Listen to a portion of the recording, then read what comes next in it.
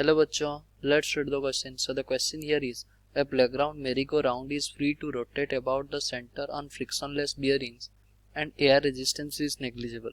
The merry-go-round itself without riders has a moment of inertia of 125 kg meter square. When one person is standing at a distance of 1.50 from the center, the carousel has an angular velocity of 0.6 radian per second.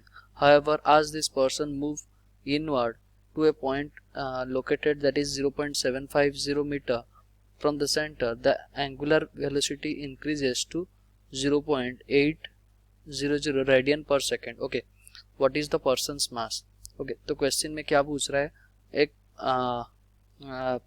Playground मेरी go round है जो कि rotate कर रहा है. Okay, तो उसके centre के अबाउट वो रोटेट कर रहा है. तो मोमेंट ऑफ इनर्शिया उसको दिया गया है, और जब एक पर्सन को विदाउट एनी राइडर्स, ओके, तो जब एक पर्सन 1.50 मीटर में है तो उसका एंगुलर वेलोसिटी कुछ दिया गया है, और जब वो अंदर की तरफ आया मतलब 0.750 मीटर मतलब टुवर्ड्स द एक्सिस आया तो उसका एंगुलर वेलोसिटी कुछ 0.800 रेडियन पर सेकंड हुआ.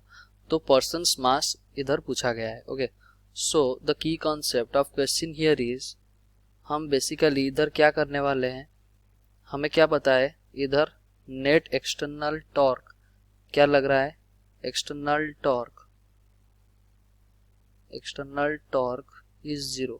Okay, tau equals to 0, tau net कितना लग रहा है 0. तो हम क्या कर सके हैं, यहाँ टॉर्क अगर 0 हो गया तो we can conserve angular momentum,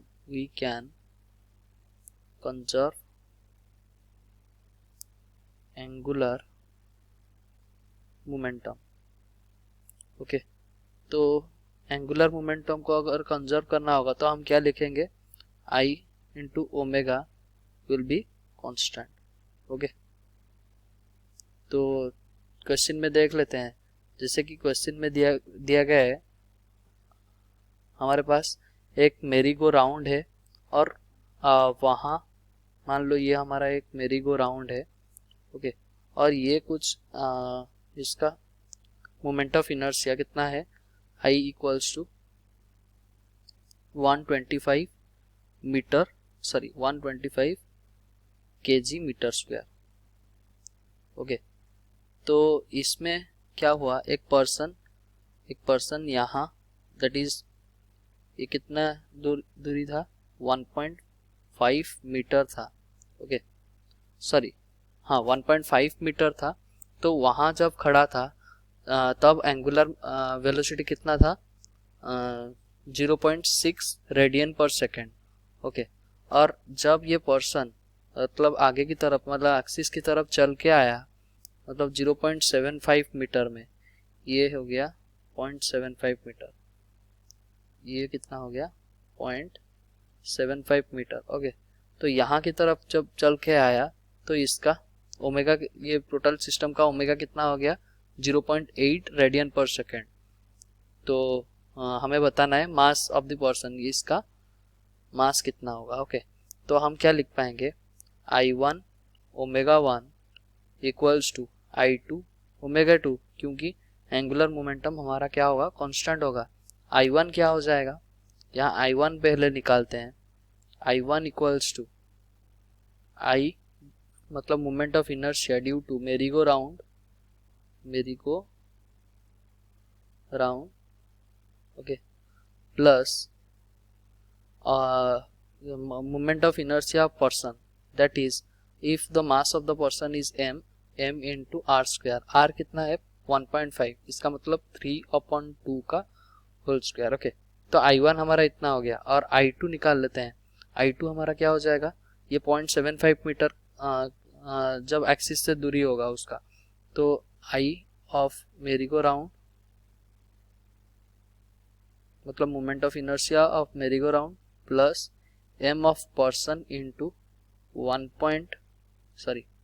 ये कितना है 0.75 को अगर हम फ्रैक्शन में बदले तो हमारा कितना आ जाएगा 3/4 का होल स्क्वायर। ओके, तो इसको सॉल्व करते हैं, ये वैल्यू में पुट करते हैं।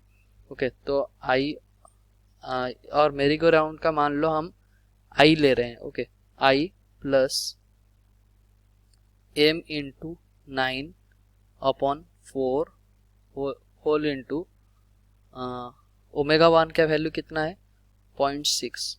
Okay, equals to I two कितना है I plus m into 9/16 into 0.8। Okay, तो इसको सॉल्व करते हैं तो हमारा ये आ जाएगा 3, ये आ जाएगा 4। तो यहाँ से हम क्या लिख पाएंगे 4i minus 3i equals to 4i minus 3i equals to 9m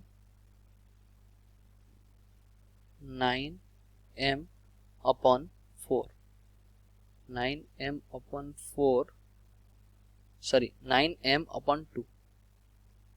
okay, तो 9m अपॉन 2। तो हमारा जो m क्या है मास इधर है, तो इसका मतलब हम क्या लिखेंगे I equals to 9m upon 2। तो I क्या है मोमेंट ऑफ इनर्शिया ऑफ मेरी गो राउंड था, तो I हमारा कितना था 125। अगर इसको अगर हम सॉल्व करेंगे तो हमारा कितना आ जाएगा 125 into 2 upon 9, m equals to 125 into 2 upon 9। तो इसका वैल्यू क्या आ जाएगा that is 28, nearly about 28 kg। ओके, तो हमारा कौन सा ऑप्शन करेक्ट होगा, हमारा option B is our correct answer. Hope you understood well, best of luck, thank you.